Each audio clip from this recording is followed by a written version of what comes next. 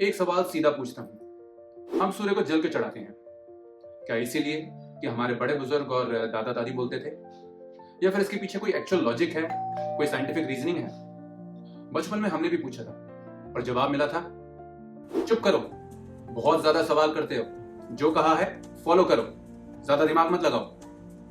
और वहीं गलती हुई, क्योंकि जहां एक्सप्लेनेशन खत्म होता है वहीं अंधविश्वास शुरू होता है। इसलिए आज सीधी बात होगी, थोड़ी साइंटिफिक भी होगी, स्पिरिचुअल भी होगी, लेकिन थोड़ी चुभने वाली भी होगी। तो तैयार हो जाइए, आज एक्सप्लेन करेंगे। सबसे पहला पॉइंट, सूर्य को जल सुबह ही क्यों? क्योंकि सुबह का मोमेंट अलग ही होता है। सूर्य जब होराइजन के एकदम पास होता है तब बॉडी सूर्य की रेज को बहुत स्ट्रांगली नोटिस करती है। मॉर्निंग सनलाइट बॉडी को इंस्ट्रक्शन देती है कि सुबह हो चुकी है। उस दौरान माइंड फुली अलर्ट होता है, मूड भी कंप्लीटली अपलिफ्टेड होता है और रूटीन डिसिप्लिन्ड होता है। तो सुबह के वक्त सूर्य को जल चढ़ाना कोई धार्मिक एक्ट नहीं, डेली बॉडी रीसेट प्रोसेस है। अब आता है सबसे क्रिटिकल पॉइंट, सुबह सुबह सूर्य को जल ही क्यों? हाथ जोड़ के नमन भी किया जा सकता है, क्या ये इनफ नहीं? तो यहां पे कॉन्सेप्ट आता है विप्योर का। ये कॉन्सेप्ट स्कूल में सबने पढ़ा है। और ये कॉन्सेप्ट क्या कहता है? ये कॉन्सेप्ट कहता है कि एक व्हाइट लाइट सिर्फ एक सिंगल कलर नहीं, बल्कि कॉम्बिनेशन ऑफ 7 कलर्स हैं। अगर याद आ गया है तो कमेंट में लिखो, violet, indigo, blue, green, yellow, orange, red. जब एक प्रिज्म व्हाइट लाइट को 7 पार्ट्स में तोड़ता है, मतलब 7 कलर्स में तोड़ता है, और इसे बोलते हैं विप्योर। ये कॉन्सेप्ट हमने स्कूल में जरूर पढ़ा होगा, फिजिक्स का बेसिक कॉन्सेप्ट है। जब हम सुबह सुबह सूर्य को जल चढ़ाते हैं तो वो बहता हुआ पानी एक ऑप्टिकल मीडियम बनाता है, और सन की व्हाइट लाइट जब उस ऑप्टिकल मीडियम से क्रॉस करती है तो वो 7 पार्ट में डिवाइड हो जाती है, मतलब रिफ्रैक्ट होती है और बाद में स्कैटर हो जाती है। और इसी फिनोमेना को हम स्पेक्ट्रम कहते हैं। यहीं पे स्पेक्ट्रम एक्टिवेट हो जाता है। अब इस पॉइंट पे थोड़ा सा कंसंट्रेशन लेवल बढ़ा दूं, क्योंकि यहां वीडियो इंटरेस्टिंग होने वाली है। स्कूल में पढ़ाए गए फिजिक्स कॉन्सेप्ट में हमने विप्योर सीखा, और सनातन धर्म की पढ़ाई ने चक्रा के कॉन्सेप्ट्स के बारे में बताया। अब हम इस साइंस के विप्योर और सनातन धर्म के चक्रा को साथ में रखकर आगे पढ़ेंगे। 7 चक्रास 7 रंगों से बने हैं। ये 7 रंग व्हाइट लाइट से स्कैटर होते हैं। आइए थोड़ा डायग्राम में दिखाते हैं। तो ये है व्हाइट लाइट जो पड़ती है एक प्रिज्म में, जिसे फर्दर डिवाइड करते हैं VIBGYOR, मतलब violet, indigo, blue, green, yellow, orange, red. Coincidentally यही कलर चक्रास के लिए भी होते हैं। क्राउन चक्रा के लिए वॉयलेट, थर्ड आई के लिए इंडिगो, थ्रोट के लिए ब्लू, हार्ट के लिए ग्रीन, सोलर प्लेक्सस के लिए येलो, सैक्रल चक्रा के लिए ऑरेंज और रूट चक्रा के लिए रेड। चलिए अगले पड़ाव पे चलते हैं। मेरी ड्राइंग को थोड़ा इग्नोर कीजिएगा, मैं बचपन से थोड़ा आर्टिस्टिक रहा हूँ, इसलिए मेरे पास साइंस रहा सब्जेक्ट। अब बाहर सूर्य की रोशनी देखो और बॉडी के अंदर चक्रा के 7 सिस्टम्स देखो। बाहर 7 लाइट देखो और बॉडी के अंदर 7 सेंटर्स या फिर एनर्जी ऑफ द बॉडी।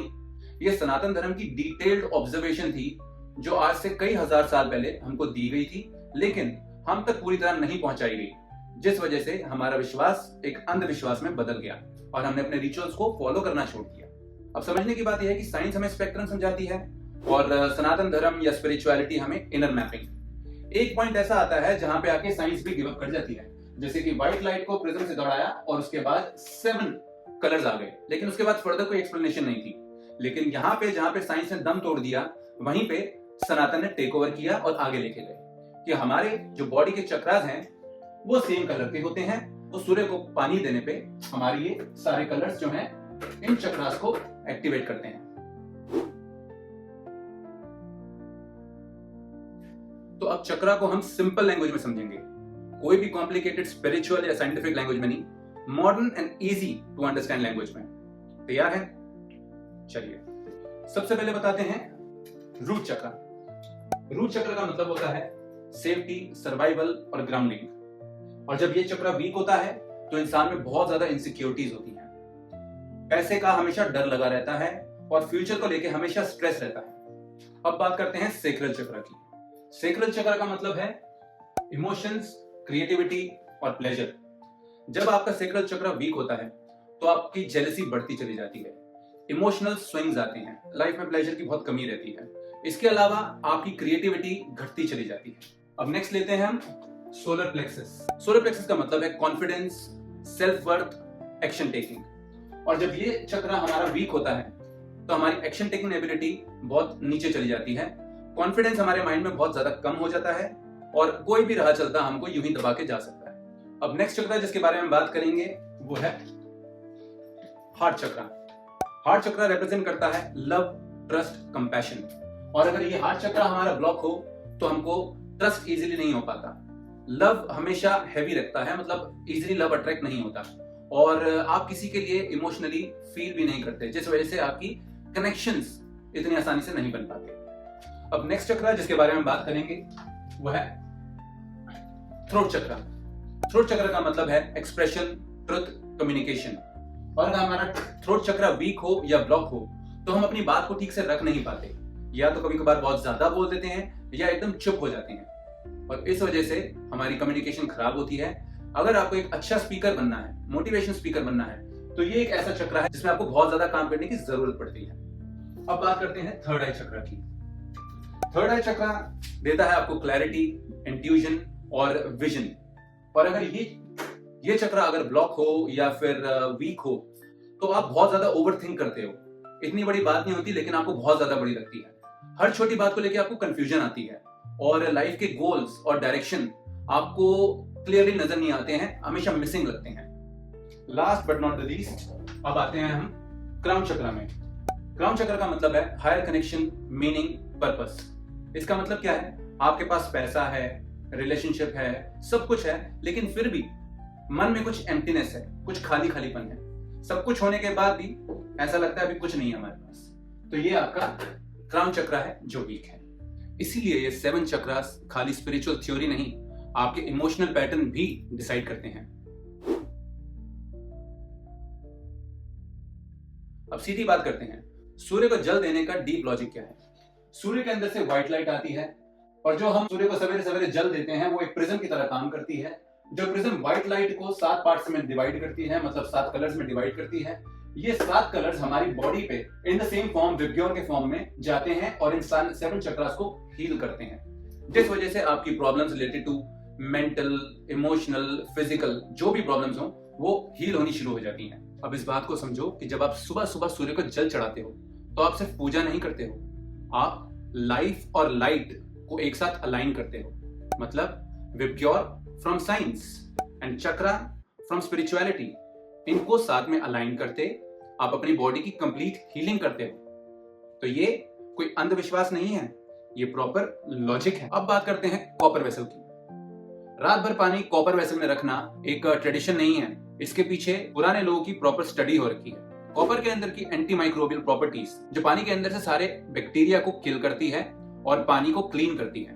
जब हम उस कॉपर वेसल से पानी को पोर करते हैं सूर्य के सामने तो वो क्लीन वाटर और बेहतर प्रिज्म बनाता है जिसके अंदर बैक्टीरिया नहीं होता, और वो बेहतर रिफ्लेक्शन देता है, बेहतर तरीके से स्कैटर करता है, और उसके बाद हमारे पास जो 7 लाइट्स आती हैं वो बैक्टीरिया फ्री होती हैं। तो इस बात को समझना जरूरी है कि सूर्य को सुबह सुबह जल देना, ये पूरा रिचुअल एक डिटेल बेस्ड है। ये रिचुअल कोई रैंडमली चूज नहीं किया गया। अब बात आती है कि नंगे पैर पानी क्यों देना है। ये रिचुअल भी कोई हवा में छोड़ा हुआ नहीं है, इसके पीछे भी रीजनिंग है, और रीजन ये है कि पुराने जमाने का पॉइंट ऑफ व्यू कहता है जब हम सूर्य को पानी देते हैं तो हमारी बॉडी एनर्जी रिसीव करती है, इसलिए पोस्चर और कांटेक्ट दोनों बहुत इंपॉर्टेंट होते हैं। नंगे पैर रहने से हमारी अवेयरनेस बढ़ती है, हमारा कांटेक्ट बढ़ता है और इस वजह से हमारा प्रेजेंस भी बढ़ जाता है। और इसको तरीके से फॉलो करने से जो रिचुअल है वो मैकेनिकल नहीं लगता, लॉजिकल लगता है और आप कनेक्टेड फील करते हो। अब आता है सबसे इमोशनल पॉइंट। जब बच्चे को आप इसे फॉलो करने के लिए कहते हो तो बच्चा आपसे सवाल करता है। वो बदतमीजी नहीं कर रहा, वो जवाब जानना चाहता है, वो लॉजिकल एक्सप्लेनेशन चाहता है। और ऐसे में अगर आप बच्चे को डांट देते हो तो वो कटा कटा महसूस करता है और उसके बाद धीरे धीरे वो रिचुअल्स को फॉलो करना छोड़ देता है और ये विश्वास को अंधविश्वास बोलने लगता है। लेकिन अगर आप उसको डिटेल में एक्सप्लेन करते हो तो वो इस रिचुअल के साथ और जुड़ता है, इस पे और रिसर्च करता है और गहरा इसके साथ जुड़ना शुरू कर देता है। तो अब अगली बार अगर कोई तुमसे पूछे कि सूर्य को जल क्यों चढ़ाते हो, तुम्हें पता है उसे बताना है जहां पे तुम्हारी साइंस हार मान जाती है वहीं पे स्पिरिचुअलिटी और सनातन की नॉलेज टेक ओवर करती है और हमारे को प्रॉस्पेरिटी का मार्ग दिखाती है। इसीलिए हमारे जो रिचुअल्स बने थे वो हवा में नहीं बनाए गए, वो बहुत सोच के बनाए गए। खाली इतनी प्रॉब्लम थी कि हमें एक्सप्लेनेशन नहीं मिली, लेकिन आज आपके पास एक्सप्लेनेशन है। अगर आपको ये detailed logical explanation of our rituals समझ में आई है और अच्छी लगी है, इस वीडियो को आपको लाइक करना है, शेयर करना है और कमेंट करो कि आपको कितना समझ में आया और आपको कितनी क्लैरिटी मिली। और आप ये भी मुझे बताओ कि कब से आप शुरू करोगे सूर्य को पानी देना, क्योंकि सूर्य को जल देना सूर्य की नहीं, रिक्वायरमेंट आपकी है। हर हर महादेव।